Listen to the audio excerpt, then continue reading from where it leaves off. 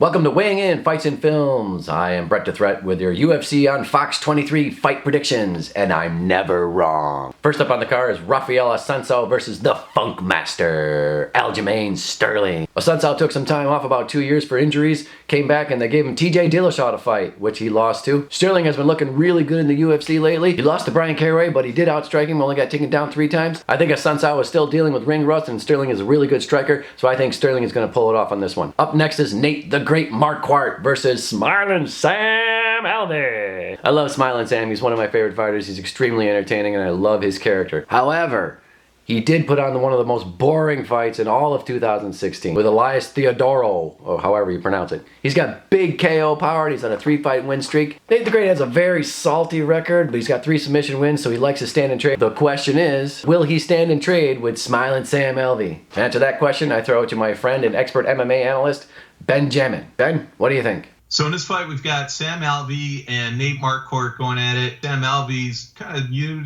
to the UFC. He's got a really great attitude in the cage and out of the cage. The guy he's Smiling Sam Alvey. You can't dislike this guy. It's easy to root for the guy, but he's not going to make it.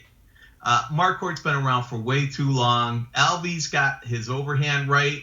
He puts people to sleep, but it's not happening in this fight. Marquardt's he's just too seasoned. He's going to be able to stay away from that right hand, and he's going to outpoint him. I see this one going to decision.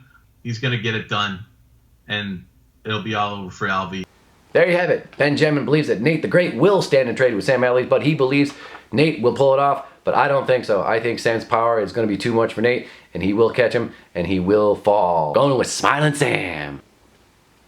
Up next is one of my favorite fighters ever, Alex Bruce Leroy Sakaras versus Jason the Kid Knight, or as I like to call him, the entertaining redneck. I love Knight's trash talking during the middle of a round. I know you want to submit me, but you're not gonna. His style of fighting is very strange. He likes to take a lot of punches to the face in order to get inside and get his trades in. Probably not the smartest fighting style you can have, but it's effective for him. I don't believe Sakaras is gonna let him do that. I think he's gonna be turning corners and moving and keep him at kicking distance. I'm gonna go with Bruce Leroy on this one. Up next is Andre the Pitbull Arlovski versus Francis Ngannou, the Predator. I really want Francis to grow out his hair and have some dreadlocks and make him look like a real Predator. He should at least come out in the Predator mask when he does the walkout just to fit the nickname. He is 7 years younger than Arlovski. He's on a 4-fight win streak. All stoppages, big KO power. A fight worth checking out is his fight with Henrique, where he finished him with a powerful uppercut. Arlovski's on a 3-fight losing streak, 2 of which were done by TKO, 1 by submission. His last fight with Josh Barnett was a war. Has he had enough time to recover from that fight?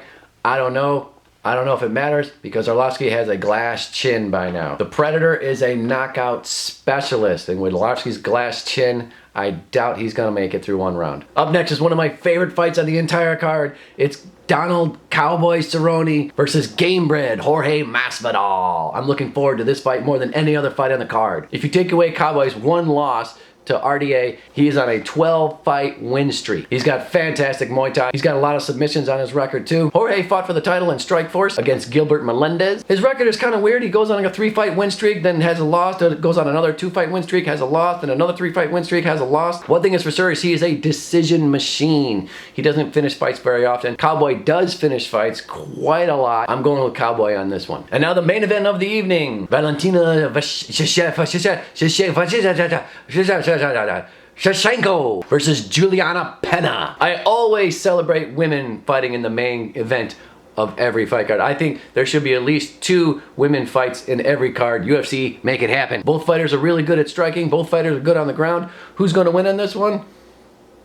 Well, I'm going to go with Pena. So there you have it. The all-powerful Brett DeThreat has spoken. Place your bets, and I'll see you cage side.